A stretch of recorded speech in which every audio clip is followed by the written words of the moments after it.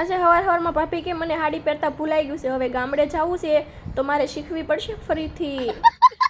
અને મને શું મામીએ બટેકા વેચવાનું શરૂ કર્યું કે નવો ધંધો, પણ ના અમે બંને બટેકા લેવા આવ્યા હતા. કુછ ભી. અને બીજી બાજુ અમારા તક્ષુભાઈ સાયકલ રિપેરિંગ કેમ કરવી એ શીખતા હતા. એને સાયકલ શીખવા દીધી અને હું ને ભાભી બહાર જવાનું હતું એટલે ચૂપચાપ નીકળી ગયા. અને ત્યાંથી આવી ગયા બ્લાઉઝ વાળાની શોપ પર, કેમ કે દિવાળી છે એટલે શોપિંગની બાકાજીકી બોલે છે. અને ત્યારથી આવી ગયા ભાભીને કટલેરીને એવું લેવું હતું એટલે મેં કીધું ઓછું લેજો, ધંધો શરૂ નથી કરવાનું હો. પછી અમારા યશુબેન કે આ બધા દિવાળીની શોપિંગ કરીને પૈસા પૂરા કરી દીધા, હવે હું પાવપટ્ટી વેચીને ભેગા કરી લઉં થોડા. ये दुख का खत्म नहीं होता बे. પછી મેં યશુને કીધું પૈસા ભેગા થઈ ગયા એટલે આપણે અમેરિકા ફરવા વયા જઈએ. હમણાં તક્ષુભાઈ જો રમકડાનો ઢગલો કરીને રમતા હતા. પછી તો એ ભાભીને કહેવા ગયો કે મને અમેરિકા કાકી નથી લઈ જતા, અને રાતે અમેરિકાથી ઇમરજન્સીની ફ્લાઇટમાં આવી ગયા અને આવીને બનાવી નાખ્યું પતિદેવ માટે જમવાનું. મને કે સારું છું તું આવી ગયો, મને બહુ ભૂખ લાગી હતી. આ બ્લોગ ગમ્યો તો લાઈક શેર કોમેન્ટ સબસ્ક્રાઇબ.